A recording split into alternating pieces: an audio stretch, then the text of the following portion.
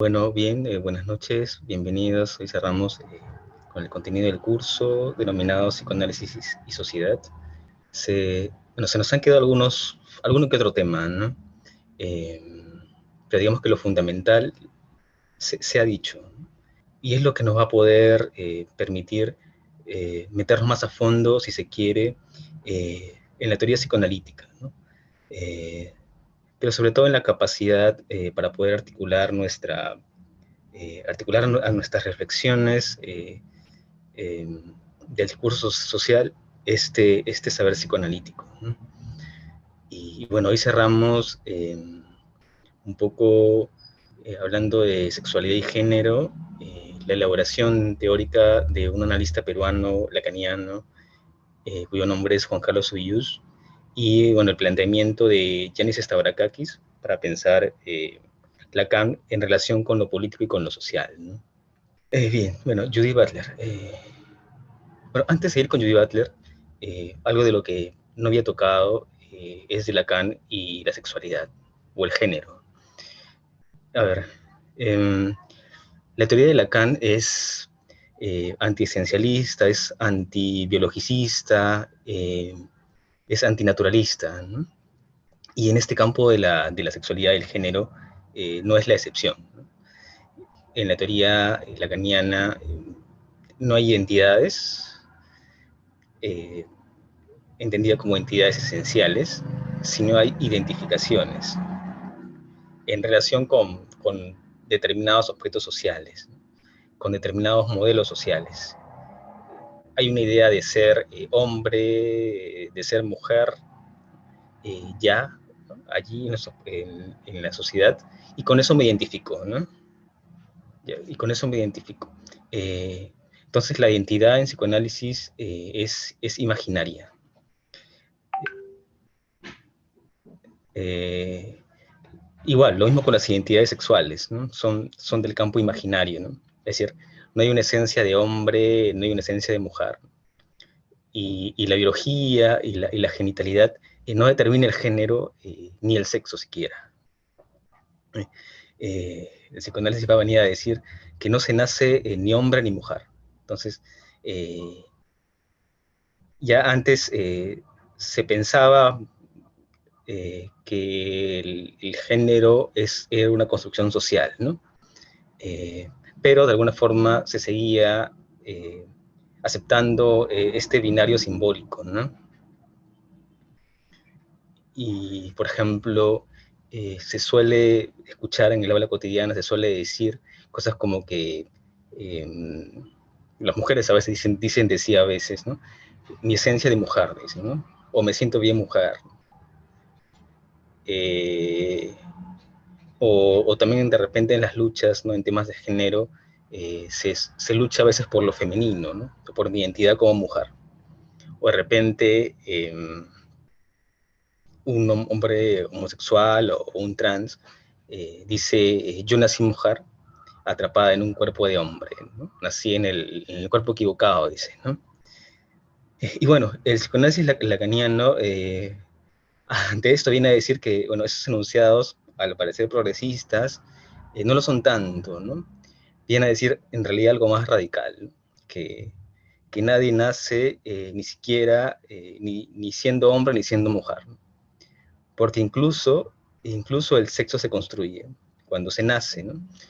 Eh, porque eh, cuando se nace, lo que nace es lo que se llama el organismo.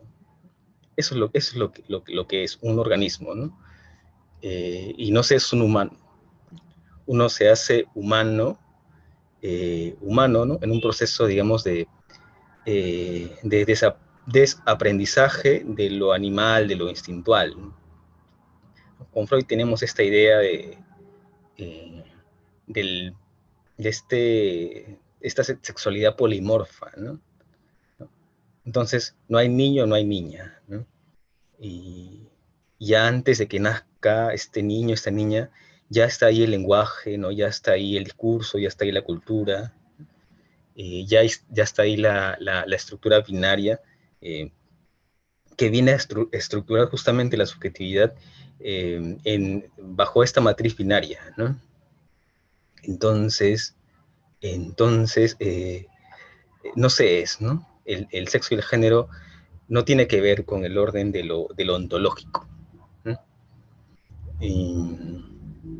Y si no se es, entonces se está haciendo, se está siempre en la performatividad, va a decir Butler, ¿no? Y en realidad tenemos muy arraigado esto de asumir un esencial, ¿no? En torno del sexo, ¿no? Asociado a la genitalidad, ¿no? Es un imaginario, ¿no? Un imaginario del ser, ¿no? Eh, bueno, el yo siempre busca clasificaciones, busca identidades, ¿no? Y a ello lo asociamos sentidos, otros significantes, ¿no? Que tienen que ver con el género, ¿no? Esta idea de la mujer, por ejemplo, delicada, ¿no? O el homosexual amanerado, ¿no? Eh, se piensa como si fuera lo esencial o lo natural, ¿no? Y bueno, Lacan, justamente para salirse de esto biológico, crea esta noción de sexuación. Sexuación es la categoría que imprime, que está en una categoría propiamente de Lacan, ¿no? Y la sexuación tiene que ver con la falta. Decía el tema de la sexuación, que es una categoría propiamente lacaniana para no hablar de lo biológico, ¿no?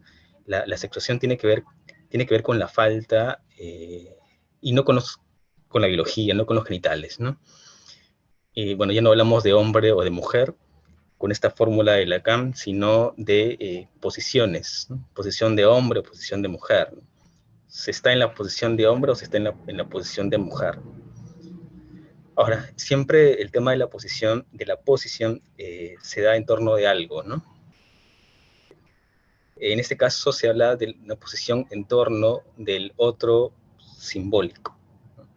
¿Cómo te posicionas frente al otro simbólico, ¿no? Cuál sería de repente una posición de hombre o de mujer, ¿no? La posición de hombre sería la que cree, la que asume, que encarna el falo, ¿no? Que tiene el poder, digamos, ¿no? Eh, falo puede pensarse como equivalente a veces como poder, ¿no? Se puede entender de ese modo, ¿no?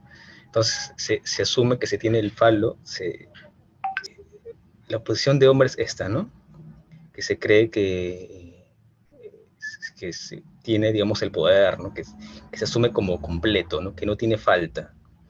La posición de hombre es esta idea que se tiene certeza de todo, ¿no? Que, digamos, esta forma de estar rígido, completo, ¿no? Siempre está completo. Eh, y la completud tiene que ver con el sentido imaginario, ¿no? Con lo esencial, ¿no? Estoy completo en relación con un modelo externo, con un modelo, en este caso, de masculinidad, ¿no? Eh, y así no me permito en ningún sentido poner en cuestión mi masculinidad, digamos, de, no sé, de macho dominante, proveedor y demás, ¿no? Entonces, la posición de hombre es la posición de sentirse completo, ¿no? Y hablar desde la completud. Y bueno, la posición de mujer es la de no todo o no toda, ¿no? La de no entender todo, la de tengo dudas, la de preguntarse, la de cuestionarse, la de histerizar, la de, digamos, dejar soltar, ¿no? La posición, digamos, esta posición no toda, digamos, de dejarse atrapar por la experiencia, ¿no? Dejarse tocar por la experiencia, ¿no? No racionalizarlo todo, sino dejar algo, ¿no? Algo de repente a la imaginación, ¿no? Al azar, al placer del momento, ¿no? Por ejemplo, ver una pintura, ¿no? O una, de repente, se me ocurre una película como las de Buñuel, por ejemplo, ¿no? No pretender entender todo, ¿no? Justamente Buñuel dijo en sus películas eso, ¿no? Que no son para entenderlo toda, ¿no? Toda la película, todo el contenido de la misma, porque su cine tiene mucho de esa posición, no toda, de esa posición mujer, digamos, ¿no? Dicho de otro modo, él está siendo mujer aquí, ¿no? O también las películas de repente también de David Lynch, ¿no? Que también tiene mucho de eso, que no hay que pretender explicárselo todo, ¿no? Por ahí va, ¿no? En cambio hay otras películas que sí te explican todo, ¿no? Como que esos están del lado de la posición hombre, ¿no? Pero eso es, ¿no? Es esa idea de que la mujer hace cosas hoy, ¿no? Que ahora que antes no hacía, ¿no? Que hacía el hombre tradicionalmente, y por ejemplo asume puestos de autoridad y demás, se suele celebrar desde el campo femenino, ¿no? El campo femenino entendido o estructurado en el campo del binario, ¿no? Pero muchas veces, no siempre, en realidad esta mujer es un hombre, está en posesión de hombre, ¿no? Y tenemos el caso típico de Margaret Thatcher, por ejemplo, ¿no? Ella es un hombre, en realidad, ¿no? Eh, bueno, entonces, se trata, en la posición mujer, de no pretender entenderlo todo, ¿no? Dejarse atrapar, ¿no? Eh, por ejemplo, en el sexo, ¿no? El erotismo tántrico, por ejemplo, ¿no? Que no entiende el sexo es únicamente por lo genital, ¿no? Que lo genital lo es todo, ¿no? Ya, eso, por ejemplo, no se permite desde una posición de hombre, ¿no? Y así vamos como que descubriendo experiencias en las que uno se permite ser mujer, ¿no? Sí, cuando uno no entiende las cosas así de manera completa, ¿no? Eh, las mujeres también en ese sentido pueden encarnar mejor el papel de luchadoras sociales, por ejemplo, ¿no? De revolucionaria, ¿no?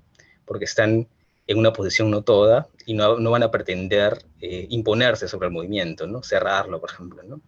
Es decir, eh, lo que toca eh, es que los hombres, digamos, inscritos en el binomio, adopten esa posición de mujer, ¿no? Para poder, depende, crear un movimiento progresista, si se quiere, ¿no? Bueno, igual, ¿no? En una pareja eh, hombre-mujer, ¿no? Tradicional, puede que los dos estén en la posición de hombre, ¿no? Entonces ahí hablaríamos de una relación homosexual. O una pareja hombre-hombre y uno de ellos está del lado mujer, allí estaríamos hablando de una relación heterosexual. Y bueno, en las luchas, en temas de género, en realidad no deberían, siguiendo este planteamiento, basarse en una lucha por algo, ¿no? Por lo general, allí hay también un esencialismo en torno a la identidad, ¿no? Si no debería ser, debería plantearse, ¿no? El derecho a hacerse, a construirse libremente, ¿no? Y bueno, de eso va Judith Butler, ¿no? Ella critica el movimiento feminista justamente por ello, por este rezago esencialista, ¿no? Bien, Judith Butler es filósofa, ha realizado importantes aportes al movimiento feminista, ella tiene 67 años ya, y es del 1956 y es de Estados Unidos, ¿no? Nació en Estados Unidos. Eh, Ahora, qué toma de Lacan, ¿no? El sujeto de lo simbólico es constituido a partir de la instauración de estas provisiones fundamentales, ¿no? Que vienen con la ley simbólica, que vienen con la metáfora paterna, con el nombre del padre, ¿no?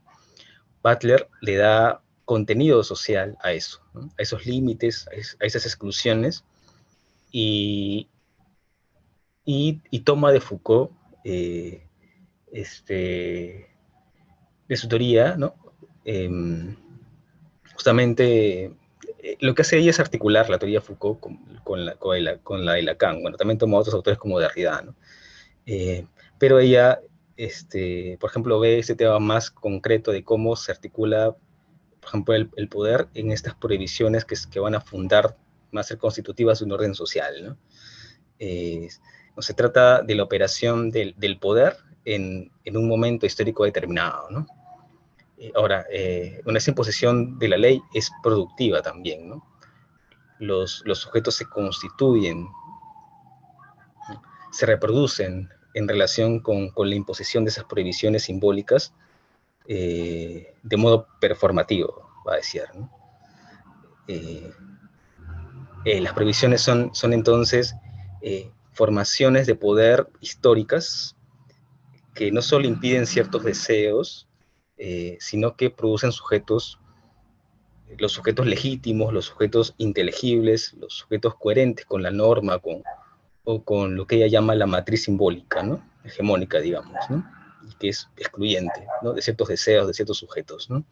Pero además, de ser excluyente y prohibitiva, y es justamente lo que funda un campo social, también produce sujetos que no son necesariamente los que son coherentes con ese orden o con esa matriz simbólica instituida, ¿no?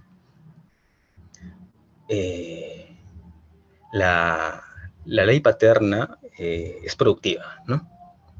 Eh, Constituye al sujeto del otro, constituye este sujeto sujetado al orden simbólico, este sujeto del significante, ¿no? Eh, y el otro simbólico es este sistema de clasificaciones que hace posible la significación. Para Butler está el tema del poder allí, ¿no? Hay formaciones de poder históricas concretas, contingentes, que definen, eh, eh, digamos, las coordenadas subjetivas, ¿no? Qué tipo de sujetos van a constituirse, ¿no? Son los sujetos inteligibles, legítimos, coherentes con esa matriz, ¿no? Entonces se prohíben ciertos deseos, ciertos seres, ¿no? Ella también habla de la forclusión, que es una categoría lacaniana para dar cuenta de el sujeto que no ha sido atravesado por la castración, digamos, en otro sentido, ¿no? Ella viene a decir de que la forclusión efectivamente es cuando no opera la ley simbólica paterna, pero posibilita la producción performativa de cuerpos considerados, ¿no?, por la matriz ininteligibles, ¿no?, abyectos, ¿no? Bueno, su texto, estamos viendo, es el género en disputa, el feminismo y la subversión de la identidad, ¿no? Eh, bueno, esta es una obra importante en este contexto, ¿no? En este contexto de la tercera ola del feminismo, ¿no? Recordemos que la primera ola de feminismo se da a fines del siglo XIX, inicios del XX, con las sufragistas, con esta demanda de derecho al voto. La segunda ola se da entre los años 60 y 80 del siglo XX, y ahí cobra fuerza el movimiento feminista, se demandan temas de derechos civiles, ¿no?, reproductivos, en relación también con temas de violencia.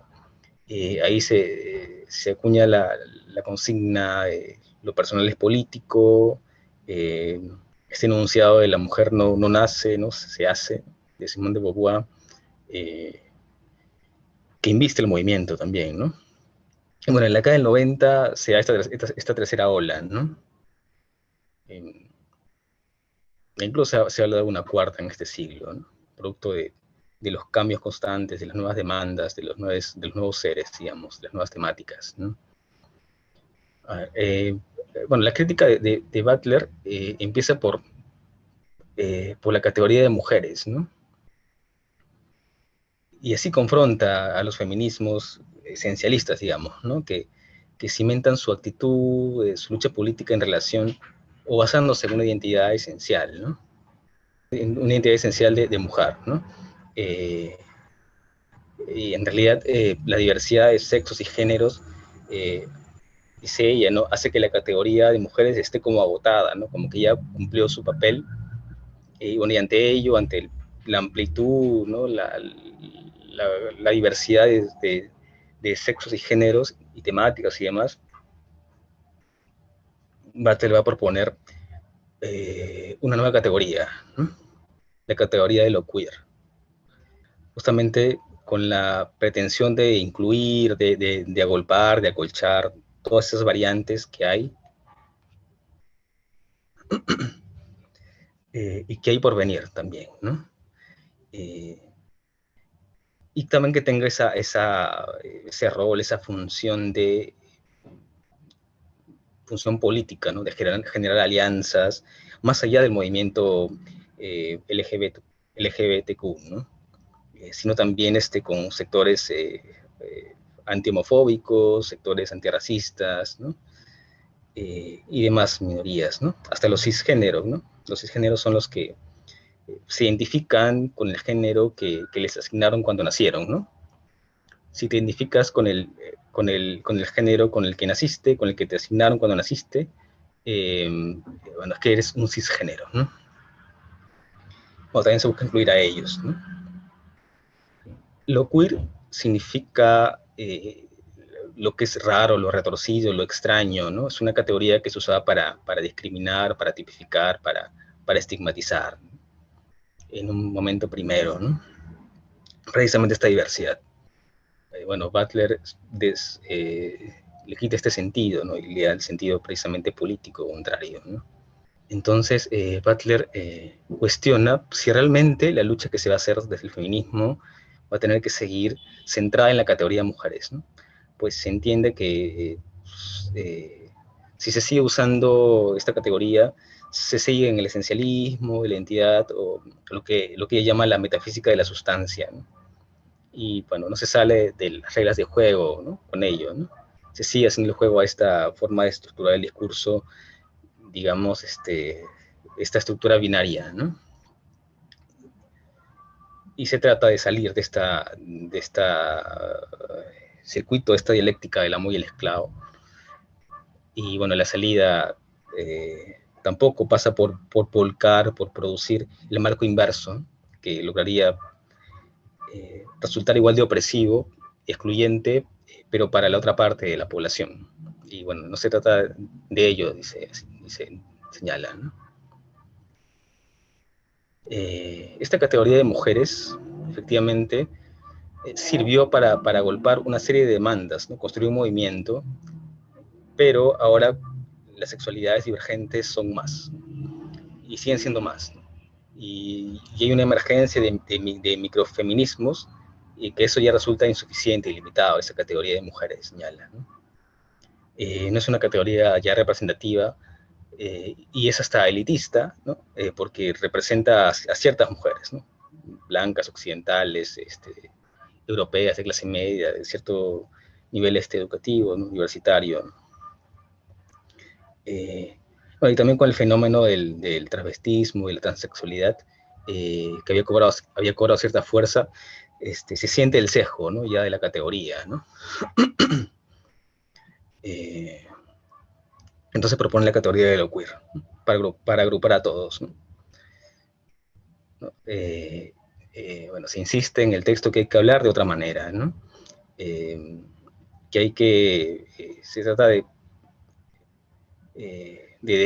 dejar de pensar desde el naturalismo, ¿no?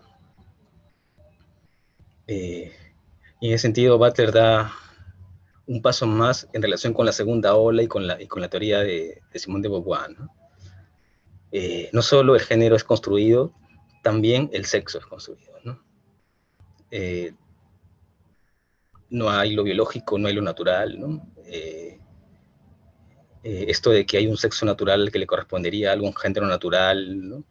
Y algún deseo, ¿no? En relación con ello, ¿no? Un deseo de repente heterosexual cuando esa persona crezca. Eh, Eso es parte de esta, digamos, identidad imaginaria, ¿no?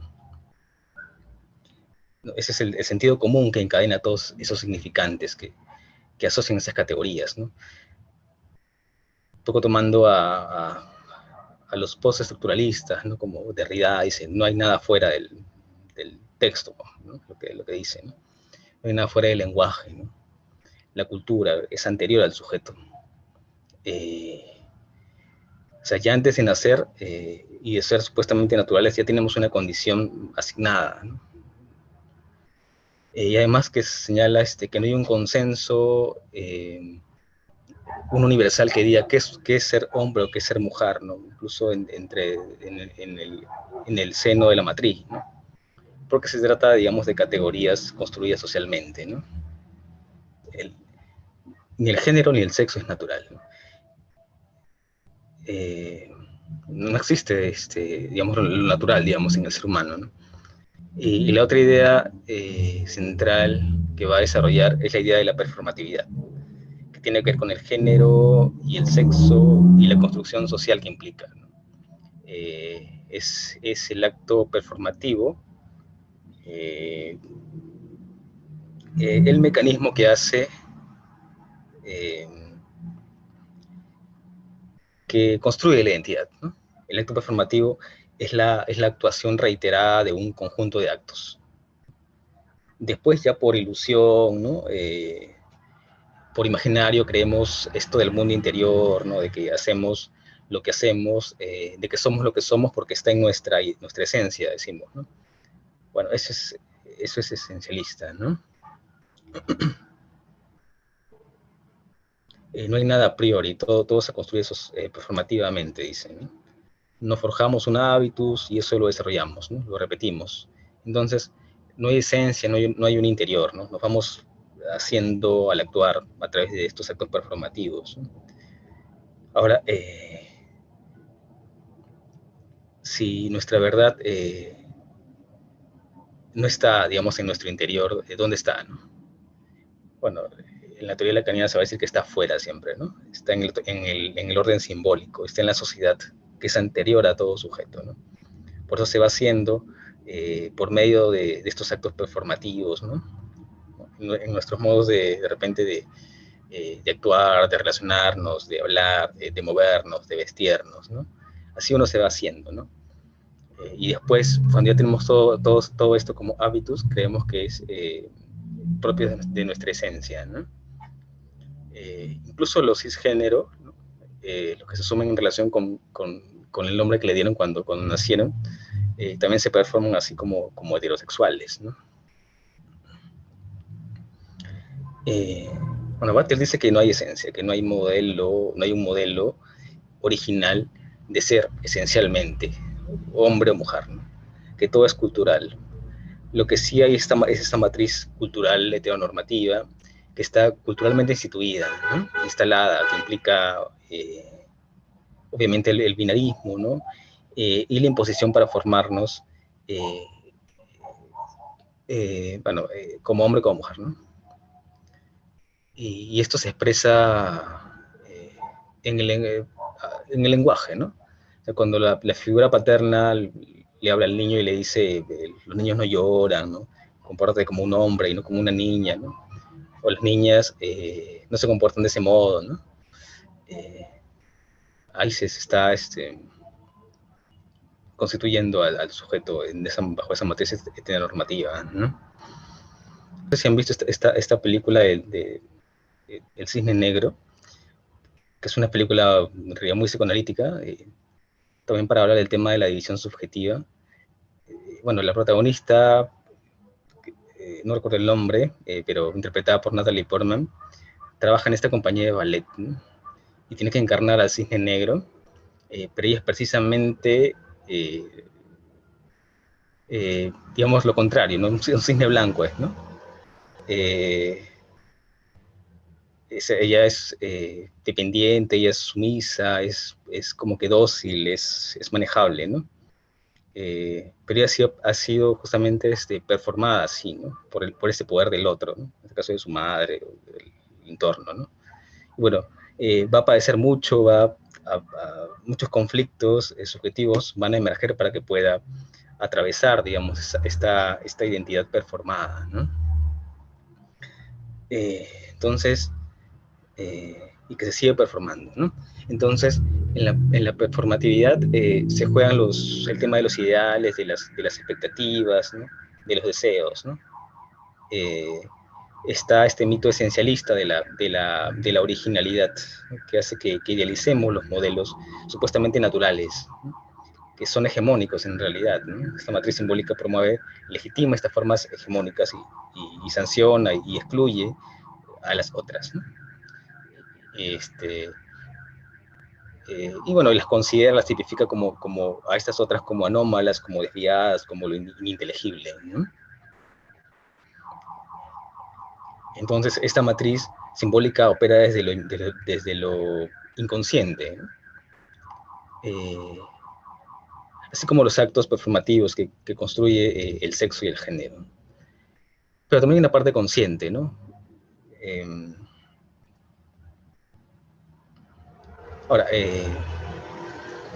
es ficticia, digamos, ¿no? No hay fundamento de la realidad en esta matriz, no hay ningún sustrato detrás del azar. El hacer, el hacer, el hacer lo es todo, ¿no? Un poco como la ideología en Zizek, ¿no? Es el hacer, en el hacer está la ideología, digamos, ¿no? Se actúa la identidad a través de la acción repetida, ¿no? Se trata de una imitación eh, a un original ficticio, ¿no? Que no existe, ¿no? No existe en realidad, ¿no? Es una imitación de algo que se cree que es un original. Y bueno, esta performatividad está movida por la expectativa de alcanzar esa esencia que imita este modelo que no existe, que es ficticio, ¿no? Pero que él asume que es esencial. Entonces, esta matriz es así, es ficticia, falla, ¿no? Eh, Solamente porque es así, ¿no? Eh, Fracasa en su función de formar, eh, según su modelo, digamos, heteronormativo, ¿no? Y posibilita, justamente por este fracaso, la diferencia o las diferencias, ¿no? Eso ininteligible que puede desarrollarse, potenciarse, performarse, ¿no? Eh, la completud es imposible, ¿no? No se va a poder llegar a ser completo, ¿no? La identidad plena es del orden de lo imaginario, ¿no? Es decir, somos siempre seres en construcción, ¿no? Y bueno, Butler señala que han habido avances en cuanto a derechos, en relación con identidad de género, pero son insuficientes, ¿no? Bueno, Butler señala esto, ¿no? Que han habido efectivamente avances, ya reconoce los avances que se han generado, eh, pero son insuficientes, dice ella, ¿no? Eh, Son insuficientes, ya se reconoce efectivamente desde el Estado, ¿no? Eh, ya no pasa, digamos, por la psiquiatría o por la medicina, ¿no? Y eso es bastante, pero no es suficiente, ¿no? No es suficiente. Eh, Aún este reconocimiento se sigue dando, digamos, desde la matriz binaria, ¿no? Y bueno, justamente ella apunta, bueno, las personas que se perciben, autoperciben de ese modo, autoperciben de ese modo en relación con sus trayectorias sociales, ¿no? Algo los hace eh, eh, pensar de ese modo, ¿no? Eh, lo malo en Lacan, digámoslo así, sería creer, ¿no? Que yo me creo un perro porque nací en el cuerpo equivocado, ¿no? Mi esencia es de perro, ¿no? Eh, lo correcto sería pensar de que efectivamente socialmente me pienso así, me percibo como un perro, quiero ser tal cosa, porque de alguna forma mis circunstancias sociales han hecho que yo crea eso, considera eso, ¿no? Siempre el hecho de pensar en contra de las esencias de la identidad, ¿no? Y ninguna identidad es esencial, digamos, porque no hay un modelo original, sino todos son matrices simbólicas, ¿no? Instituidas por medio del poder. Bien, vamos con Juan Carlos Uyús. Juan Carlos Uyús es doctor en literatura, es crítico literario, crítico de cine, y tiene formación en psicoanálisis lacaniano, ¿no? Y producción, en ese sentido. Dicta en San Marcos, dicta en letras, también en sociales, ¿no? En el posgrado de San Marcos, ¿no? No tiene libros como Nuevos Súbditos, Cinismo y Perversión en la Sociedad Contemporánea, que de esto vamos a hacer un poco ahora, contra el sueño de los justos, la literatura peruana ante la violencia política, la venganza del indio, la pantalla detrás del mundo, donde analiza muchas películas, ¿no? Del psicoanálisis lacaniano. También este libro último es sobre héroes y víctimas, ensayos para superar la memoria del conflicto armado. Bien, en la modernidad existía el nombre del padre, de una forma, ¿no? Este nombre del padre existía de una forma en la modernidad. Este nombre del padre, digamos, se estructuraba como el nombre de la razón, ¿no? De la razón, de la ciencia, en la modernidad, ¿sí? Este sentido religioso, el nombre del Padre, en nombre del Padre hago esto, ¿no? En nombre del Padre hago esto, en nombre del Padre hago esto otro, ¿no? En nombre de la razón me autorizo para hacer, para actuar. Eh, en la modernidad hay un proceso de individuación, ¿no? Se trata de un individualismo que se forja, pero dentro de proyectos colectivos, en ciertas coordenadas de inteligibilidad, ¿no? En sus horizontes, digamos. Por ejemplo, el mito del progreso y la nación burguesa, ¿no? La lucha por la sociedad socialista, ¿no? Entonces, la razón se sostenía en la creencia en el otro, ¿no? En la creencia en la comunidad, en la civilización universal, ¿no? La revolución contra la monarquía absoluta se da en nombre de la razón, confiando en la utopía social, ¿no? En un deber ser, en una fantasía colectiva, ¿no? Es decir, eh, eh, se autoriza el nombre del Padre para hacer existir un nuevo otro, y así poder nombrar y hacer existir lo que no existe, digamos, ¿no? Es lo que llama también Ovidius el Padre del nombre, ¿no? Invirtiendo los términos del nombre del Padre, en el que me autorizo a mí mismo para hacer algo que no existe. Bueno, el orden simbólico es el orden de las leyes, del deber ser social, ¿no? De los ideales sociales, ¿no? Y esto es lo que posibilita la construcción del sujeto del orden simbólico, que se inscribe en las coordenadas sociales, ¿no? En los ideales sociales de ese orden, ¿no? Esto es el ideal del yo, un sujeto que tiene un sentido de comunidad, digamos, ¿no? En torno de ello estructura su deseo y su goce. Eh, el orden sociosimbólico constituye sujetos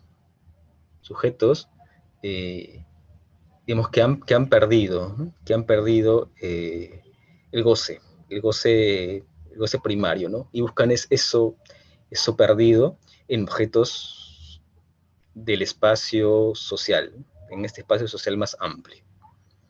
Y el ideal del yo es un punto de identificación colectiva que permite al sujeto aceptar la falta y sostener un deseo a través del orden social, ¿no? O sea, entonces, el deseo, es una articulación dialéctica, eh, es una articulación dialéctica en la cual el sujeto renuncia a su goce inmediato, ¿no? Para tratar de encontrarlo, de reencontrarlo a través del orden simbólico. Entonces la época moderna promovía cierto punto de, promovía esta dialéctica, ¿no? Entre la singularidad individual, ¿no? Mi deseo, es decir, y la voluntad de la colectividad, ¿no? Implica la afirmación de mi singularidad con el espacio social. Eso posibilitaba, ¿no? Pero en el siglo XX acontece lo que se denomina el declive del hombre al padre, que es, digamos, que la condición de la muerte del otro simbólico, ¿no? Y Boyus dice acá esto, ¿no? Que hay una declaración de muertes, ¿no?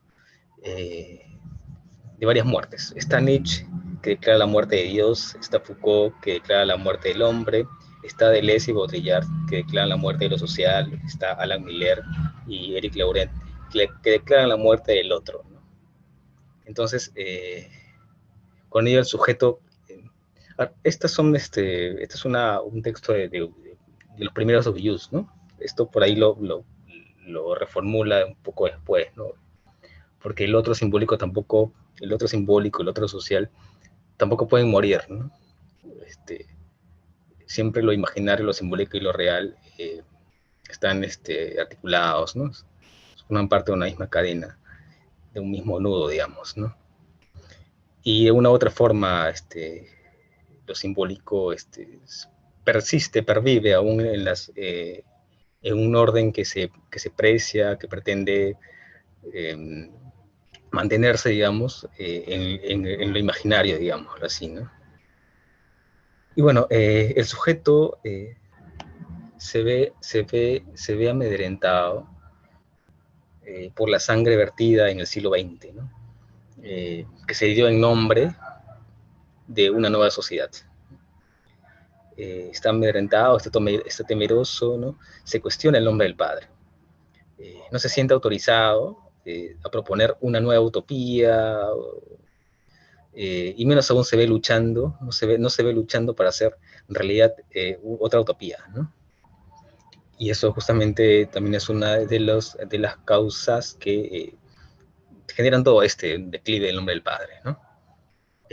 Juan Carlos Ubius, en su otra obra, La pantalla detrás del mundo, nos da cuenta de cómo se expresa el declive del padre, por ejemplo, en el cine, ¿no? En las películas.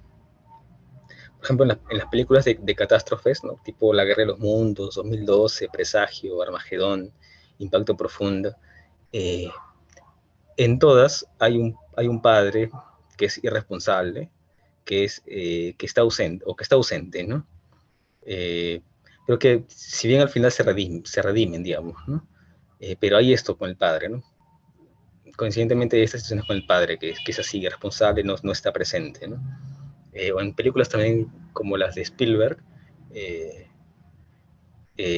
o también en esa película de Funny Games de Haneke, eh, donde el padre no se redime. También hay un padre ahí que no existe, ¿no? Está allí, pero realmente no tiene autoridad, digamos, ¿no? En el marco del, familiar, digamos, ¿no? Y no tiene ningún protagonismo, por el contrario, ¿no? Y así, también en la saga de Saw, también hay un poco eso con el padre, ¿no? Un declive de esa autoridad paterna, ¿no? Entonces, el otro que no existe, ¿no? El otro que no existe, el padre que no existe, eh, como que me libera, ¿no? Ya no voy a hacer sacrificios, ¿no? Que involucran, que tienen que ver con el involucramiento en una comunidad con otros, ¿no? Y perder mi goce. La existencia del otro simbólico o su predominio implicaba diligencia, desprendimiento, sacrificios en nombre de ideales colectivos, de ideales en la sociedad, ¿no? Sin el otro me libero de ese compromiso social, digamos. Si hablamos de un otro simbólico que no existe, de la muerte del otro, hablamos de un sujeto que ya no cree en una comunidad universal. Lo que viene a darse, supliendo eso, es un orden que ya no toma en cuenta el otro, eh, es decir, un orden de tipo narcisista, como una suerte de orden pre-simbólico, ¿no? Un orden narcisista que eh, constituye individuos que creen que se asumen como autosuficientes, ¿no? Por más individualista que nos parezca la gente de hoy, eh, pocos son los que actúan en realidad eh, de acuerdo con la singularidad de su deseo, ¿no? Porque el individualismo no tiene que ver con la singularidad. El narcisista, el otro, el semejante, es un rival, ¿no? O es un otro del cual puedo servirme para mis intereses, como en el orden imaginario, ¿no? El orden materno presimbólico. en el que no operaba el nombre del padre, el significante fálico no operaba. Y bueno, ahí estoy en disputa con mi hermano por ocupar el objeto de deseo de la madre, ¿no? Entonces el orden del imaginario es el orden del yo, ¿no? De la imagen especular, de la fantasía, ¿no? Un orden narcisista como un narcisista, digamos, se asume como centro del mundo, ¿no? No le va a imponer no se le va a imponer algo, ¿no? Y no va a él asumir algo que no tenga que ver con que él está, digamos, en el centro, ¿no? No se va a involucrar en nada de eso que tenga que ver de repente con la comunidad, ¿no? Cuyo centro no esté él allí, ¿no? En cuyo centro no esté él, ¿no? Pero claro, sí, puede incluirse de repente en pequeñas comunidades, en pequeños colectivos, ¿no? Es lo que dice Uyus, que se constituyen alrededor de determinadas particularidades, ¿no? Pero de lo que da cuenta, lo simbólico, eh, claro, su existencia ya implican algo de lo simbólico, ¿no? Sin embargo, aquí Uyus enfatiza un poco en el goce, ¿no? En que son más que todo comunidades de goce, ¿no? Eso de enfatizar, ¿no? El orden narcisista e imaginario no constituye ideales en relación con los otros, con la comunidad. No va a buscar el goce perdido a través de un espacio social más amplio, sino ideales en relación con el gran otro, con el espejo. Es el ideal del orden del yo ideal, ¿no? Que la madre imprime al individuo presubjetivo, ¿no? No ha operado la castración simbólica, ¿no? El yo ideal implica un súbdito que procura el amor de un otro imaginario, ¿no? Un otro completo, sin falta, la madre omnipotente, ¿no? Entonces, el individuo se cobija en esa completud imaginaria, en el regazo materno, ¿no? Y no va a salir de allí, a menos que ese gran otro revele su falta, ¿no? Su inconsistencia, o que intervenga un tercero, ¿no? El padre simbólico, ¿no? Yo señala que el capitalismo tardío no es una civilización, en el sentido de que no es un orden simbólico que proponga metas colectivas, sino un orden del tipo imaginario, ¿no? En el cual cada individuo compite con los demás por ser amado por ser amado por el gran otro, ¿no? Por ser amado por el gran otro. O sea, por cumplir con el gran otro, por ser el exitoso, por ser el tipo competitivo, el emprendedor que tienes que ser, ¿no? Según el gran otro, ¿no? Hay una presión imaginaria por encarnar el objeto que es amado por el otro. Ese objeto soy yo quien completa al otro, y así voy a ser amado, ¿no? Por eso es el orden del imaginario, ¿no? O al menos eso es lo que prevalece, a lo que empuja el capitalismo, ¿no? Pero como decía, lo simbólico no es que muera, no es que muera el otro, no es que desaparezca, ¿no? El capitalismo tardío carece de ideal del yo, ¿no? Mientras que el ciudadano desea ser reconocido por la forma en que explota su singularidad para mejorarse y mejorar la sociedad, ¿no? El sujeto capitalista se ocupa solo o por ser reconocido, de acuerdo con los términos que preestablece el mercado, ¿no? Y sin ideal colectivo, ¿no? Este sujeto está desprotegido frente al goce que es asocial y que promueve el mercado, ¿no? Entonces, con esto vendríamos a decir que la sociedad civil, la comunidad política, eh, se construye desde abajo, ¿no? Desde las luchas por la democratización, ¿no? Y no desde, digamos, del sistema, ¿no? Lo simbólico se va como que instituyendo, construyendo desde abajo, ¿no? Más bien el sistema como que eh, se impulsa, se motiva para que esto que tiene que ver con la pulsión, con el goce, se acreciente, ¿no? Y haya como que una mayor dependencia, sin filtro, sin mediación, hacia los sujetos, ¿no? De parte del otro. En cuanto a la ideología, Uyuz, siendo Zizek, se da en los términos que plantea Sloterdijk, ¿no? Ellos saben que lo hacen y sin embargo lo hacen, ¿no? El cínico se cree no engañado por la ideología dominante, ¿no? Se cree no engañado, ¿no? Porque la critica, porque se burla de ella, ¿no? Porque bueno, a ella le importa un bledo eso, ¿no? Pero con tal de que actúe como se supone que debe actuar, de eso se trata la ideología, ¿no? Solo exige una mínima participación material, ¿no? No importa que uno no crea en los ensueños de los comerciales, de las telenovelas, etcétera, ¿no? Lo importante eh, es que se adquiera este hábito de verlos, ¿no? Y que ya no puede concebir la vida sin mirar o sin ser mirado por la televisión. O sea, allí está la ideología, dice Uyus siguiendo a Zizek, ¿no? Entonces, no importa que no crea en la felicidad prometida por el mercado, ¿no? La ideología, el mercado, toma a su cargo, ¿no? La creencia. A mí solo me pide que consuma, ¿no? Y lo esencial es que con mis actos yo sigo legitimando la validez de esas promesas, ¿no? A ver, eh, en la, en la época victoriana el sujeto se culpa de no estar a la altura de los ideales burgueses, ¿no? En nuestra época la culpa es por no estar a la altura de los ideales perversos del goce, dice Uyus, ¿no? Antes la ley prohibía el goce.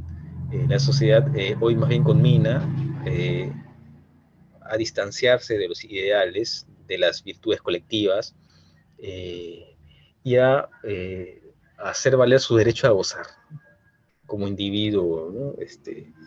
En detrimento o a expensas de los demás, ¿no? Más bien es la falta de goce lo que se siente como falta de moral, ¿no? Eh, Como que se pierde un tanto el pudor, ¿no? Y seguimos ahí con el goce, ¿no? Vamos como que por más obscenidad, ¿no? Eh, en la misma obediencia hay un goce oculto, dice, ¿no? Hay un goce en el obedecer a este imperativo superyoico, eh, eh, y esto lleva, ¿no? a este plus, este plus de goce, esta obscenidad, ¿no?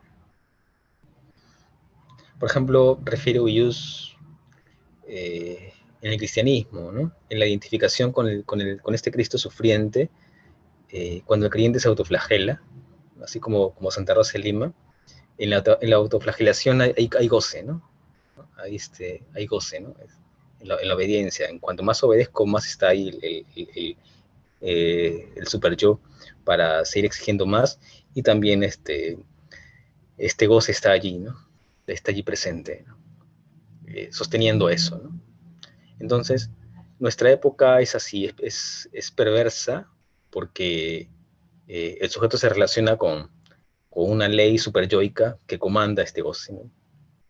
La perversión no es una simple desviación social o psíquica, es una estructura en la cual el sujeto se pone en condición de objeto, de instrumento del otro, de la voluntad de goce del otro, ¿no? Eh, el perverso sabe con certeza cuál es la voluntad del otro y qué debe hacer para satisfacerlo.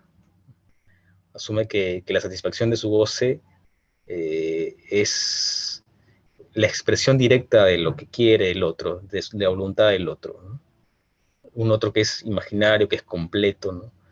Este, eso, ¿no? Entonces, hay coordenadas objetivas en todo orden social.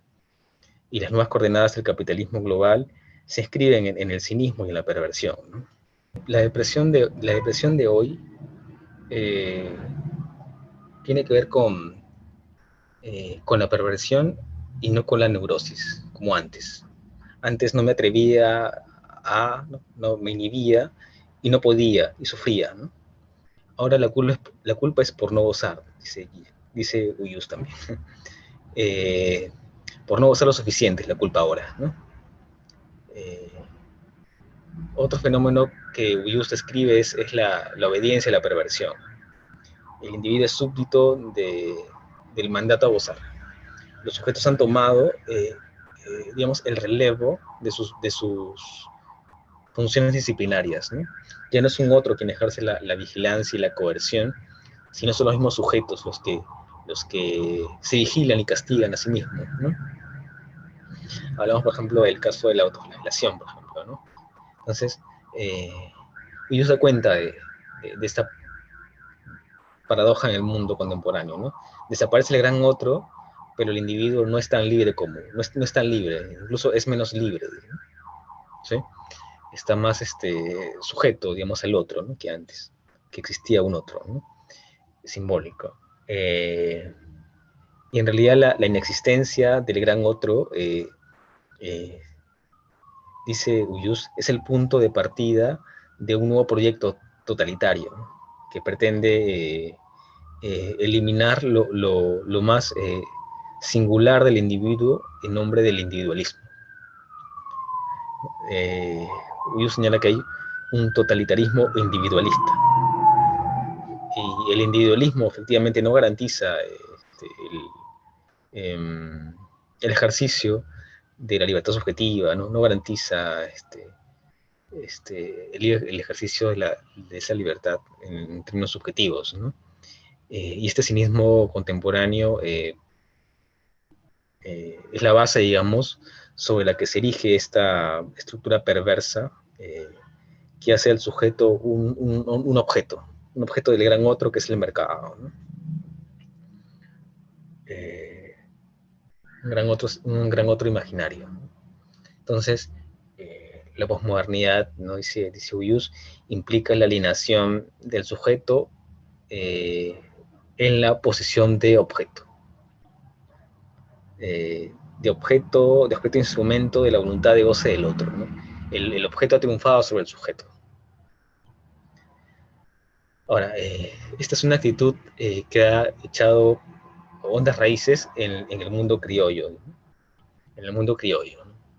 La tradición autoritaria, oligárquica, ¿no? Lo que llama Ovius el ello oligárquico, eh, desvanecido por la época, por la globalización, digamos, no es que haya desaparecido o se haya terminado, ¿no? Él dice que persiste como fantasma, ¿no? Esta voluntad de patrón, también del súbdito, ¿no? Eh,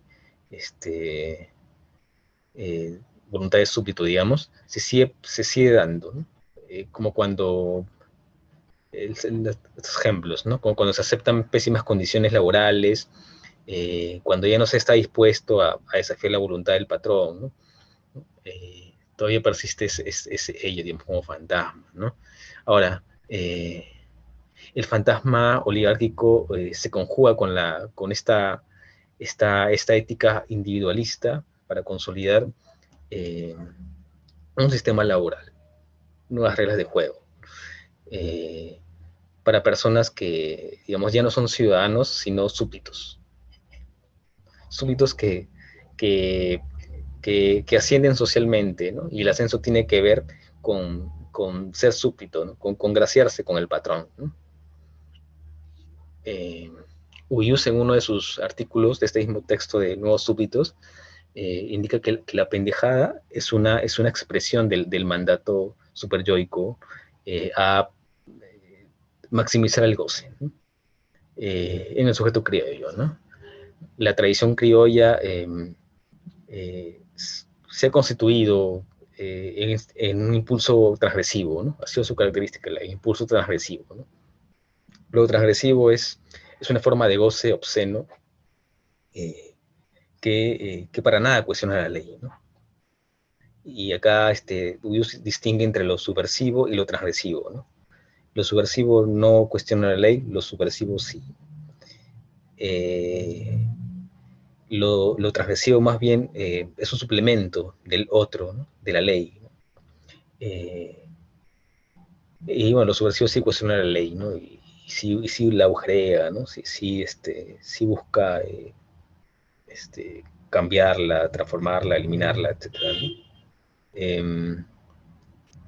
Entonces decía que el sujeto criollo, con esta base transgresiva, va a empalmarse con el cinismo, con la perversión que viene con el tardocapitalismo, ¿no? Lo que se constituye aquí dice Oyus, es este imperativo de la pendejada, ¿no? El imperativo capitalista, con este imperativo del goce capitalista, se empalma entonces con esta disposición transgresiva del sujeto criollo, y con ello el sujeto criollo se vuelve más impaciente, más violento, ¿no? Se vuelve un ser sin escrúpulos, dice, ¿no? Tenemos al pendejo que considera que la transgresión, ¿no? El daño al otro, ¿no? Es la condición para sobrevivir y ganar. Bueno, y el Lorna, cerrando el circuito, digamos, se abstiene de reclamar por miedo a ser estigmatizado, ¿no? Como Lorna, ¿no? Y asume la fantasía que sostiene ese circuito de dominación, pendejo Lorna, de que si es estigmatizado es porque se lo tiene bien merecido, ¿no? Por su condición de Lorna. Y así se hace cómplice en realidad de la pendejada, ¿no? Reproduce, sostiene ese circuito, ¿no? En relación con ese fantasía, con ese fantasma, ¿no? Está este fantasma de que el peruano es pendejo, ¿no? Está ese fantasma, ¿no? O también está esta actitud resignada, ¿no? Que adopta cierta impostura, ¿no? Y que es propia del canalla, ¿no? Que no se puede hacer nada, ¿no? Que todos los políticos roban, ¿no? Que roba pero hace obras, ¿no? O sea, esta es la base subjetiva para aceptar un sistema y una sociedad corrupta, ¿no? O sea, eso, ¿no? Ahora, no es que no es que el criollo se identifique plenamente con las fantasías de la oligarquía y de la pendejada, ¿no? Pero al distanciarse del otro y de los deseos de luchar por una sociedad mejor, más justa, acepta que la realidad nacional sea formada por esta alianza, ¿no? Entre lo peor del mundo criollo y lo peor del capitalismo, ¿no? Ahora, todas estas coordenadas cínicas, perversas, tienen todo que ver con el régimen fujimontesinista, ¿no? Fujimontesinista con C, ¿no? El oposinismo, ¿no? Con C. Eh, con el ingreso de la globalización al país, el fujimontesinismo fundó un pacto fantasmático, digamos, entre el ello criollo oligárquico y el super yo capitalista, a expensas del yo racional. Una alianza entre el ello criollo oligárquico y el super yo capitalista, a expensas, en detrimento de este yo racional, ¿no? La identidad cívica, la identidad democrática, ¿no? El ciudadano, etc. O sea, al encarnar al padre transgresor, el amo perverso, ¿no? El amo perverso, hicieron de la pendejada un mandato superyoico. El cínico criollo gozaba de las fantasías perversas del fujimontesinismo, ¿no? Y bueno, la fantasía puede servir de soporte al discurso público, simbólico, ¿no? Siempre y cuando, ¿no? Ella se insinúe, ¿no? Se exhiba entre líneas, dice Uyus, ¿no? Y es lo que hacía Fujimori, ¿no? Se sabía que Fujimori era un dictador, un corrupto, y por ahí había una condena moral, pero siempre estaba esta risa cómplice, ¿no? Que delata una admiración por su ingenio, por su frescura, ¿no? Y bueno, el apoyo a Fujimori no solo sea por ser padre autoritario, sino porque además encarnaba entonces a este padre transgresor y pendejo, ¿no? Entonces, la pendejada estaba como una virtud, ¿no? Era un padre amado por ser transgresor y pendejo, ¿no? Por encarnar eso y no ocultarlo, ¿no? O mostrarlo con sutileza, ¿no? Y ese ingenio también genera una identificación. Cosa que no pasó con Toledo, dice Oyus, ¿no? Con Toledo, con los que vinieron después, ¿no? Bueno, García también tiene algo de eso, ¿no? Pero Fujimori era como que un canalla honesto, ¿no? No era un mentiroso. Porque sí, con sus sutilezas e ingenio revelaba eso, ¿no? Que era así. Entonces hay un goce que acompaña al acto transgresivo y a la violencia ejercida por el Estado, de parte de los sujetos. Y bueno, algo de esta pendejada, este fantasma de la pendejada, eh, persiste, ¿no? Y hace que se sienta cierta nostalgia en algunos sectores sociales, ¿no? En el que se ha impregnado este imperativo de ser pendejo, ¿no? Eso también tiene efectos otros, ¿no? En algunos sectores en el que es, efectivamente este imperativo ha pegado, ¿no? Y esto también se expresa en los políticos, ciertos políticos, ¿no? Que toman a las arcas del Estado como botín, ¿no? A los ciertos empresarios, ¿no? Este, a tomar a sus empleados como peones, ¿no? Como si fuera, como si se tratara de un latifundio, ¿no? Pre-Velasco, ¿no? Y, bueno, y eso está en todos lados, ¿no? Eso está en todos lados, este fantasma, este imperativo, ¿no? Este imperativo como virtud de la pendejada, ¿no? Por ejemplo, el llamar huevón al otro es muy actual en el diálogo cotidiano, ¿no? En relación con justamente con ese ideal de ser pendejo, ¿no? Y eso es lo que he dejado, ¿no? Hay muchos circuitos sociales de dominación y se trata, dice Uyus, de no identificarse con el amo, ¿no? Con el pendejo, sino con el excluido, sino el lorna del sistema pendejo, ¿no? Pero no en tanto esta identificación, no en tanto su existencia tal cual, correcta, positiva, ¿no? Sino identificarse con el Lorna, pero en su negatividad, en aquello que él es, pero no sabe aún, dice Uyus, ¿no? En la singularidad, ¿no? En la singularidad. Juan Carlos Uyus hace un juego de palabras, ¿no?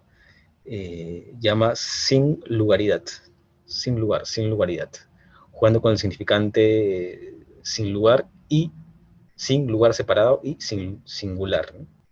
Y Uyus, en este libro, que analiza varias películas, analiza esto por ejemplo, con los X-Men, con los X-Men.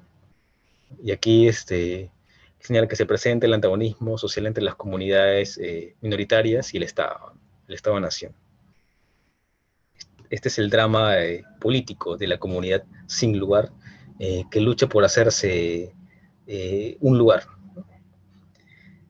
Y claro, por la salida posmoderna, multicultural, tolerante, por parte del padre o el Estado, pero también se trata de la construcción de una nueva comunidad, ¿no?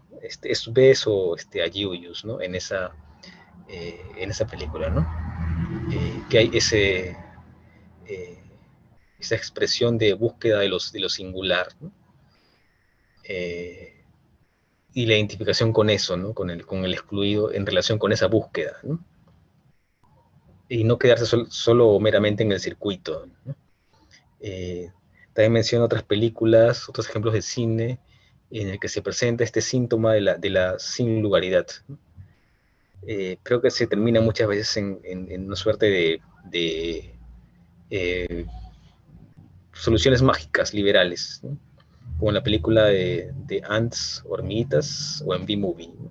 Donde también hay esta situación del excluido, del dominado, del marginado, que busca un espacio, construirse un espacio propio, singular, ¿no?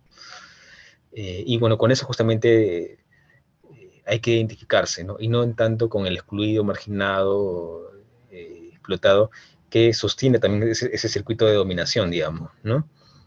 Entonces, no se trata de restituir la figura vieja del padre, ¿no? Ni buscar un nuevo amo, ¿no? Es decir, eh, eh, se trata más bien de instituir el nombre, dice él, como una instancia creadora, poética, que autoriza un nuevo sujeto. Un yo ciudadano, una comunidad, un nuevo lazo o pacto social, ¿no? Y, y ese recuperar del nombre del padre ha de darse desde la dimensión del síntoma, dice él, ¿no? Ese recuperar el nombre del Padre ha de darse desde el síntoma, ¿no? A fin de nombrar lo real del síntoma que se encuentra oculto, que se encuentra en tensión, que irrumpe con violencia, ¿no? Hay que atravesar la fantasía e identificarse con los antagonismos reales que ella obtura, ¿no? Deforma. La identificación entonces que plantea Ovius es una identificación política, una identificación con el síntoma, una identificación con el excluido, con el sin lugar, ¿no? Por ejemplo, la economía informal, ¿no? Es un síntoma de la relación formal entre la burguesía nacional y la globalización capitalista, ¿no? Él dice, no, no vamos a identificarnos con los informales en tanto informales, ¿no? En su existencia positiva. Porque en su existencia positiva él es un sujeto también transgresivo, un agente del sistema, ¿no? Por utilizar una categoría de Matrix, ¿no? Sino identificarnos con sus esfuerzos por sobrevivir, ¿no? Por construir un espacio o algo nuevo, ¿no?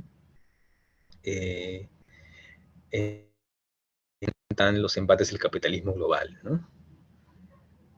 Bueno, esto más o menos habla en algunos capítulos de ese texto de Ubius. Bueno, aquí lo dejo con Ubius y voy a ver el siguiente. El autor, Yanis Stavrakakis, es un teórico político griego británico, ¿no? Él tiene textos muy importantes, como el que vamos a ver ahora, como Lacan y lo político o la izquierda lacaniana, ¿no? En la izquierda lacaniana él acuña esta categoría, ¿no? Y realiza una cartografía de los teóricos que toman mucho de los postulados de Lacan de una u otra forma. Tenemos a Zizek y a Badiou, que son los más lacanianos, que emplean mucho más de Lacan, ¿no? La teoría de Lacan, que los otros. Ellos, Lacan, Zizek y Badiou, inciden en lo real, digamos, en una política de lo real. Están también la Chloe Mouffe, que proponen la disputa hegemónica, democrática, en el campo simbólico. Y toman a Lacan como a otros autores. También incluye a Castoriadis, como un ex lacaniano en realidad, que incide más bien en lo imaginario, ¿no? Que entiende lo imaginario como producción, Castoriadis. Entonces, en Lacan y lo político, Stavrakakis propone una teoría que permite la posibilidad de pensar la relación entre psicoanálisis o con las ciencias sociales. Este libro es el de 1999, ¿no? Este libro lo estructura, lo divide en el sujeto, el objeto, una teoría política lacaniana, más allá de la fantasía, y la democracia y ética del psicoanálisis. Stavrakakis hace uso de categorías y conceptos centrales en la teoría lacaniana, ¿no? Como herramientas para el análisis sociopolítico, ¿no? Como sujeto, falta, demanda, imposibilidad, la tríada real, simbólico, imaginario, la identidad o identificación, la fantasía o fantasma y demás, ¿no? Otra vez, ¿no? La identidad es imposible, ¿no? Lo que hay son identificaciones. La teoría de Lacan señala eso, ¿no? Ahora, que la identidad, entendida como identidad plena y esencial, es imposible, da cuenta de su registro, ¿no? Al registro de lo imaginario, ¿no? La identificación es del orden del sentido, ¿no? El sentido es lo imaginario más lo simbólico. Y es el yo y el sujeto que se constituye en relación con un otro social. Entonces, ¿cuál es la esencia del sujeto? Es la falta de esencia, dice Stavrakakis, ¿no? No hay esencia en el psicoanálisis lacaniano, ¿no? Y es en el registro de lo simbólico, en el campo de las representaciones, en el que el sujeto puede ser tal sujeto, ¿no? y construirse una identidad más o menos estable, ¿no? Estable y más o menos coherente y consistente en el espacio social, ¿no? Eh, entonces, la identificación es el mecanismo a través del cual se construye la subjetividad. Un sujeto asimila un aspecto, una propiedad, un atributo de otro y se transforma total o parcialmente, ¿no? Dice Stavrakakis. Pero el horizonte es siempre el fracaso de la identidad plena, ¿no? Los objetos de identificación son todas esas construcciones discursivas socialmente disponibles, ¿no? Y ello incluye a las ideologías políticas, ¿no? Un objeto de deseo también puede ser la ideología política, ¿no? Que también es un objeto de identificación, ¿no? Es por eso que se propone esta categoría de políticas de identificación. Identificación en relación, en torno de objetos que son ideologías políticas también, ¿no? Entonces, lo social es el lugar donde se originan, donde se construyen los objetos de identificación, que son constitutivos de la identidad, digamos, entre comillas, ¿no? De la identidad sociocultural. Eh, el sujeto es un sujeto barrado, es un sujeto no suturado, un sujeto atravesado por la falta, por esta distinción entre significado y significante, ¿no? Lo que, eh, digamos que en la triada real, simbólico, imaginario, son las formas posibles de su experiencia subjetiva, ¿no? Y la falta es porque se perdió el goce total con la madre, ¿no? El goce presimbólico, por efecto de la castración simbólica paterna, ¿no? Stavrakakis también llama a jouissance al goce, ¿no? Jouissance la categoría que señala eh, Stavrakakis en relación con el goce, ¿no? Entonces, la institución simbólica, la ley, crea el deseo, eh, busca capturar ese goce o esa jouissance perdida, ¿no? Eh, el sujeto barrado, atravesado por la falta, procura permanentemente alcanzar el imposible del objeto perdido, para satisfacer el deseo, ¿no? Para construir una felicidad, para construir su identidad más o menos estable, ¿no?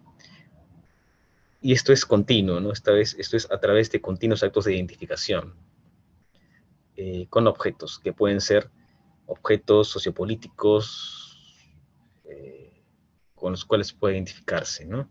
Entonces, el deseo debe entenderse como un producto social, que ya está presente en la sociedad. En tanto haya estos deseables en la sociedad, ¿no? Como también esto se materializa concretamente en la experiencia social con un otro, ¿no? Eh, en cuanto a la realidad social, eh, Stavrakakis señala que tanto la realidad social u objetividad social, como él le llama, eh, eh, es una, no es una estructura cerrada, estructura plena, ¿no? Porque en la realidad social hay fallas, hay agujeros, ¿no?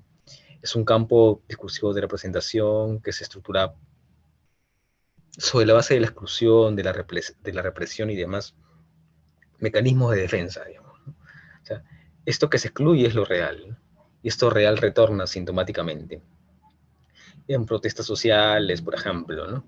Y el síntoma se suele estigmatizar, ¿no? Se patologiza, ¿no? Y entonces esta es la ontología propiamente lacaniana, ¿no? Esta antología de la realidad fallida, de la falta, de los intentos imposibles de llenar, de simbolizar lo real, ¿no? Entonces lo político viene a entenderse como los intentos de construir ese objeto imposible, ¿no? Que es la sociedad. Eh, él habla del objeto perdido, del objeto A, que puede encarnar eso universal, que puede articular a las demandas particulares. Como había señalado antes, esta hora que aquí no, creo que no lo había señalado, ¿no? Esta hora que es afín a la, a la teoría de la hegemonía de Laclau y Chantal Mouffe, ¿no? Bueno, este objeto colectivo, digamos, de deseo, por decirlo de alguna forma, encarna entonces la promesa de la plenitud colectiva, ¿no? Eh, la, la concepción del poder está asociada al significante. El agente de ese poder, el nombre del padre, o alguna autoridad social, ¿no? Y también está el poder imaginario, que es el juego del amo y el esclavo, ¿no? El que uno destruye al otro en tanto enemigo, ¿no? Eh, y el poder simbólico, ¿no? Que se basa en el pacto, en el reconocimiento de la diferencia, ¿no? Ahora, esos objetos A, esos objetos A, se sostienen en la fantasía o en el fantasma, ¿no? Imaginario, ¿no? Eh, esta escena que les comentaba la semana pasada de la película eh, Vértigo, ¿no? La fantasía del protagonista, Scotty por estar con Madeleine, la mujer muerta, su objeto de deseo, ¿no? Esta fantasía sostiene el deseo de objeto. Podemos decir también lo que aconteció con la izquierda política del siglo pasado, ¿no? La izquierda persigue un objeto que está del lado del ideal, ¿no? Y ese deseo se sostiene en la fantasía de la utopía. Entonces, hay ahí un guión eh, fantasmático que se constituye, ¿no? Eh, nosotros pensamos, cuando perseguimos algo, hay que ver, digamos, qué fantasma está operando allí, ¿no? Cuando estamos, de repente, eh, buscando hacer algo, pensando en hacer algo de repente, o en otro, otras personas, en otro grupo de personas, ver qué fantasma puede que esté operando allí, o qué fantasía puede ser que esté operando allí, ¿no? Entonces, Stavrakakis señala que la construcción social es posible porque los significados no están atados al significante, ¿no? O sea, las cosas no son estables y fijas para siempre, ¿no?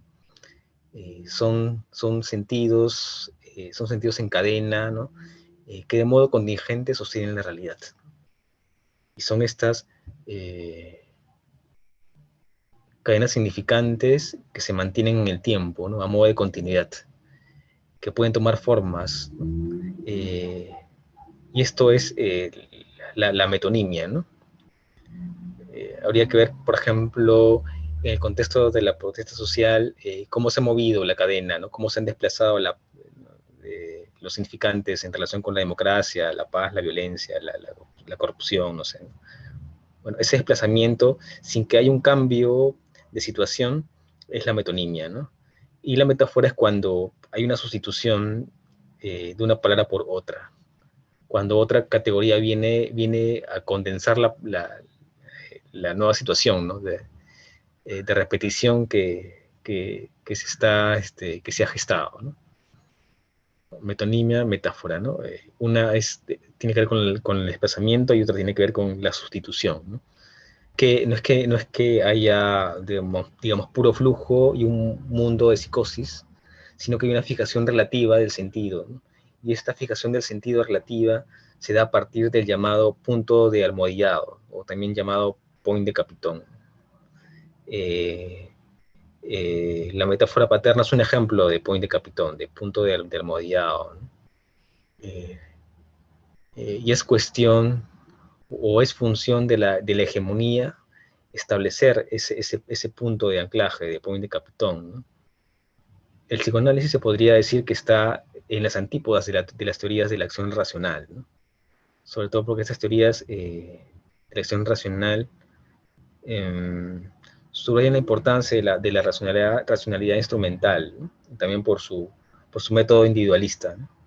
el individualismo metodológico de las teorías de la acción racional no va a aceptar el deseo o el inconsciente en su esquema, ¿no? Porque está más allá de la conciencia y el yo, digamos, ¿no? Entonces, reduce su concepción de lo social y la identidad al yo y al orden de lo imaginario. En cambio, en el lacanismo siempre hay esta dialéctica del sujeto y lo social. Es algo que también Stavrakakis en ese texto de Lacan y lo político lo señala. Bien, entonces, lo político son los intentos de estructurar la falta en la sociedad. Hay objetos políticos, ideologías políticas con las que nos identificamos y construimos nuestra identidad, digamos, ¿no? Nos construimos como sujetos, ¿no? Lo político emerge en la intersección de nuestra realidad simbólica con lo real del síntoma, por ejemplo, ¿no? Es una expresión de lo real del síntoma, ¿no? O cuando el orden social está en crisis, ¿no? Eh, Al igual que Laclau y Mouffe, Stavrakakis hace una distinción entre lo político y la política, ¿no? El primero es el momento de institución del orden social, y la segunda es el sistema instituido ya, ¿no? Ligado a la administración del orden, ¿no? En ese sentido, lo político guardaría relación con lo real, ¿no? Porque no se puede representar, porque tiene carácter instituyente, subversivo, sobre el campo social instituido, ¿no? Eh, Hay unos, me sale un poco de Stavrakakis, unos análisis de las violencias políticas en relación eh, con esta concepción de lo social instituido, sedimentado, y lo social, digamos, instituyente, real, subversivo, ¿no? Por un lado, una violencia de tipo conservadora, represiva, ¿no? Y por el otro, una violencia subversiva, y otras categorías más, ¿no? Bueno, no es tan simple, pero tiene como base estas teorías antiesencialistas, ¿no? Postfundacionales, y se apoyan en la teoría de la violencia de Walter Benjamin, ¿no? Eso también muy interesante, ¿no? Para abordar el tema de la violencia, ¿no? En el campo político, ¿no? Bueno, en el texto de Lacan y lo político también se habla del lugar de las utopías políticas, ¿no? Que son pensadas como fantasías imaginarias de la sociedad reconciliada y el lugar del aspecto ético-político, ¿no? Cómo se incorpora una ética de lo real en torno al proyecto de la eh, democracia radical, digamos, ¿no? Que es la propuesta de Stavrakakis y de Laclau, ¿no? Stavrakakis se muestra crítico de las utopías políticas y propone reorientar la imaginación política, ¿no? Habla un poco de que la política fantasmática de la izquierda ha llevado a la frustración o al fracaso, ¿no? Si les interesa el tema de la izquierda pensada desde estas categorías y a este nivel, digamos, de textos, a esta, digamos, profundidad, eh, les recomendaría también a Enzo Traverso, ¿no? Que tiene varios textos, y este en particular, Melancolía de Izquierda, después de las utopías, en el que, bueno, se reflexiona sobre el sujeto, ¿no? de la izquierda y cómo se ha elaborado el duelo en relación con la derrota, ¿no? Frente al sistema capitalista, ¿no? En relación con esa derrota y con su historia y si ha elaborado duelo o si está, digamos, suspendido en la melancolía, ¿no? Es muy interesante también cómo se piensa eso, ¿no? Desde estas categorías. Y bueno, Stavrakakis asocia la fantasía de la utopía con el totalitarismo y propone explorar una teoría política eh, que reconozca más bien lo imposible de la sociedad, ¿no? Que reconozca el conflicto constitutivo, eh, eh, que el poder preserve su indeterminación y no sea asiento de un soberano en particular, ¿no? Es la misma tesis de Laclau y Mouffe, en la que se busca la institucionalización de lo político, ¿no? El proyecto de democracia radical basado en la disputa hegemónica democrática, ¿no? Entonces propone atravesar el fantasma, propone una política post-fantasmática, sin fantasma, sin fantasía, ¿no? Bueno, en torno a esto, Uyuz, por ejemplo, no se muestra así de tajante con esta postura post-fantasmática de la política, ¿no? Porque la fantasía, de alguna forma, siempre está ahí el fantasma, ¿no? Y también está ahí sosteniendo también la ética, perdón, la épica política, ¿no? El mismo mito del alma matinal de María Tei da cuenta un poco de ello, ¿no? De la importancia de verse como si se estuviera en una lucha definitiva, ¿no? Eh, y por eso hay esta cuestión, esta problemática, este cuestionamiento en relación con lo post-fantasmático que tendría que ser la política, ¿no?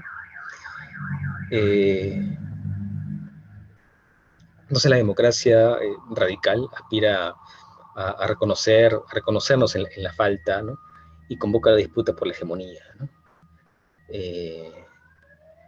Stark propone esta ética de lo real, siguiendo a Zizek, en oposición a una ética tradicional. La ética de lo real reconoce lo real de la falta y procura acercarla, procura atajarla,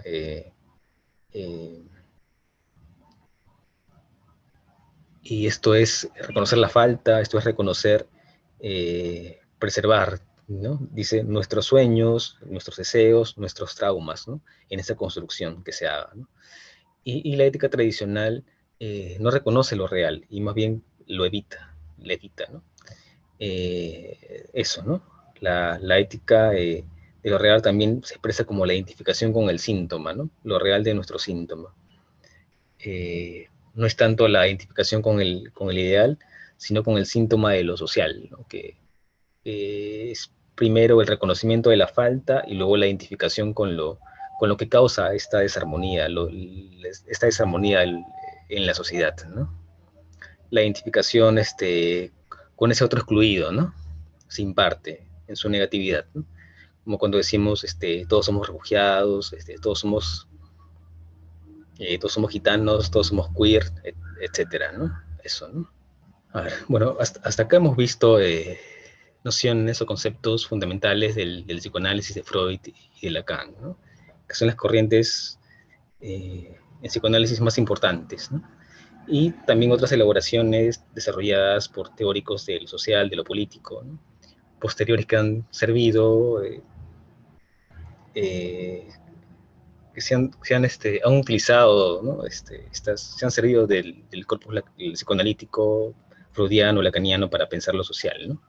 Con Lacan se supone que un sujeto ya nace en una estructura de relaciones sociales, ¿no? De clasificaciones simbólicas, ¿no? Y no caen en el estructuralismo, ¿no? Porque esas estructuras sociales están barradas, están en falta, ¿no? Están atravesadas por exclusiones, por conflictos, por multiplicidades, por lo real del antagonismo, ¿no? Entonces la ontología lacaniana es que todo lo que produce no será lo completo, pleno, definitivo, ¿no? No hay completud posible. La realidad es no toda. El sujeto es no todo también, ¿no? Pensar que algo es definitivo es quedarse en el orden de lo imaginario, ¿no? Alienado totalmente al otro social, al binario simbólico, ¿no? Las actitudes, las conductas, los comportamientos, los impulsos, las disposiciones, los gustos, no pueden ser explicados, digamos, independientemente de las condiciones sociales, ¿no? No se trata de investigar el sentido de esos actos, no solo a través de la conciencia del actor, sino también ver el conjunto de las determinaciones que actúan en las conductas sociales, sobre las conductas sociales, ¿no? Los imperativos culturales superyoicos, las coordenadas subjetivas del ello, el marco de actuación y posicionamiento del yo, la operación de la ley de lo simbólico, y también cómo operan las representaciones imaginarias, fantasmáticas, ¿no? O cómo se manifiesta, cómo insiste el síntoma, ¿no? El deseo es otra categoría, ¿no? El deseo es lo más singular del sujeto que se materializa en objetos sociales, ¿no? del campo de lo social, respecto a lo que es deseable y lo que no lo es, ¿no? El sujeto entonces es pura extimidad, ¿no? Lo más íntimo de mí está afuera, ¿no? En el mundo social. Eso es lo éxtimo, ¿no? Y el deseo varía en relación con los objetos que procuran la satisfacción, ¿no? Y varía también con la experiencia social, ¿no? Y también la pulsión está allí, pero esta es inmutable, ¿no? Ya que impulsa sin cesar hacia la satisfacción, hacia el plus de satisfacción. Y la sociedad capitalista se nutre de ese plus, ¿no? Así como las máquinas de Matrix con los humanos reales, que los tienen ahí conectados. Ahora, eso, ¿no? Ahora, el individuo eh, no se reduce a la dimensión del actor social, ¿no? Determinado por sus condiciones concretas de existencia, ¿no? Hay un núcleo de la subjetividad que no se puede o que no se deja socializar. Eso tiene que ver con el deseo, con el goce, ¿no? Que no tiene forma, no tiene significación, ¿no? Sino que se corporaliza, se materializa socialmente, ¿no? O se somatiza de alguna forma, ¿no? El deseo toma la forma lineal, toma la forma de una trayectoria lineal, el, ¿no? Hacia el objeto que se perdió, ¿no? El goce es el placer en el dolor que se cruza en dicha trayectoria, de modo insano, y la pulsión no deja de empujar a ello, ¿no? Para el psicoanálisis, la existencia del sujeto solo puede pensarse socialmente, en relación con un otro, ¿no? En las relaciones intersubjetivas primordiales, ¿no? Ya el niño está con la madre, ¿no? Es súbito de ella, de su deseo, ¿no? Y se alinea con lo que dice ella de él, ¿no? Esta investidura del niño es alienante y es estructurante. Y el niño debe matar eso, ¿no? A ese niño súbdito, ¿no? A ese niño imaginario, que es el niño del deseo de este otro, para tener un lugar en el mundo, digamos, ¿no? Un lugar en el mundo por sí mismo, en el mundo social. Y allí debe entrar a tallar el agente simbólico, ¿no? Que saca al niño, ¿no?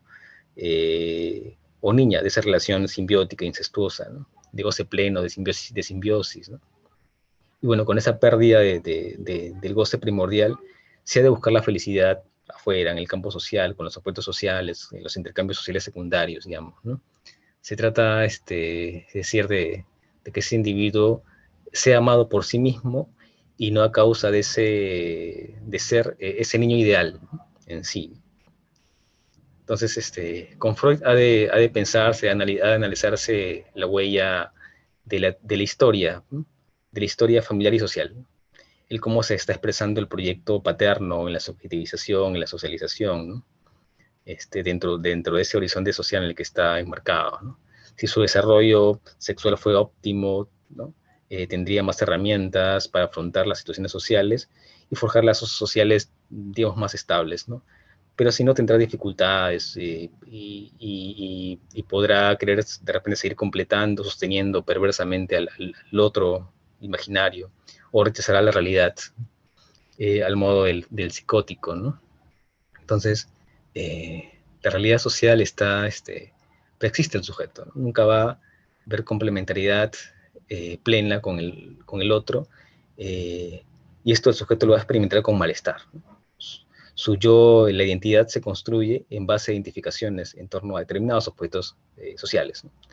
Objetos que deberían suturar la falta en la sociedad,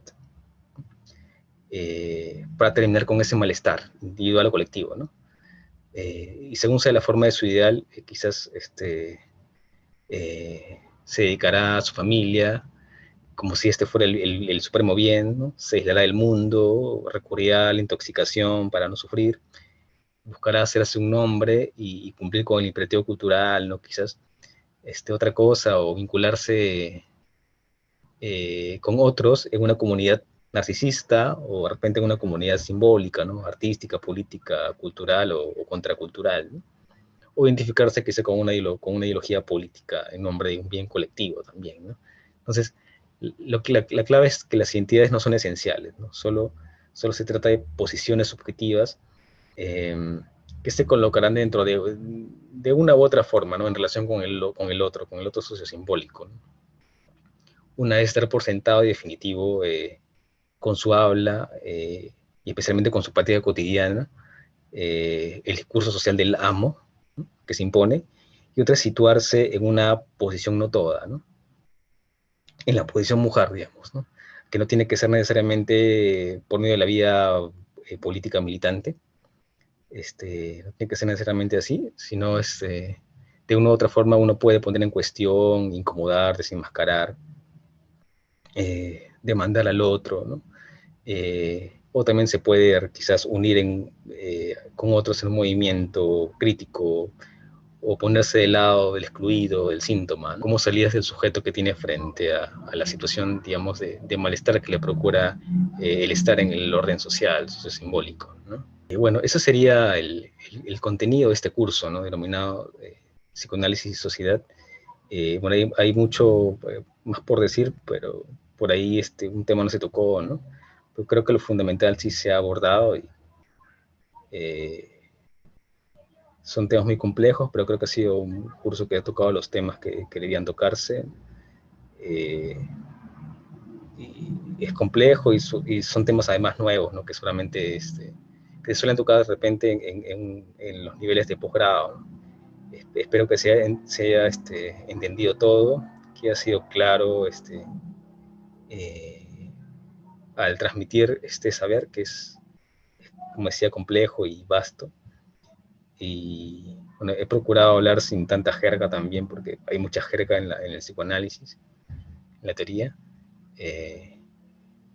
Y eso, ¿no? Espero les sirva, les sea útil para sus reflexiones, para sus investigaciones, incluso para su día a día, ¿no?, sus elecciones de objeto, digamos, ¿no? Aspiro que eso, ¿no?, que esto que se ha dicho de alguna forma les quede, también más allá del conocimiento probablemente académico, ¿no? Eh, Hablamos de la subjetividad, y eso nos implica, nos toca de alguna forma, ¿no?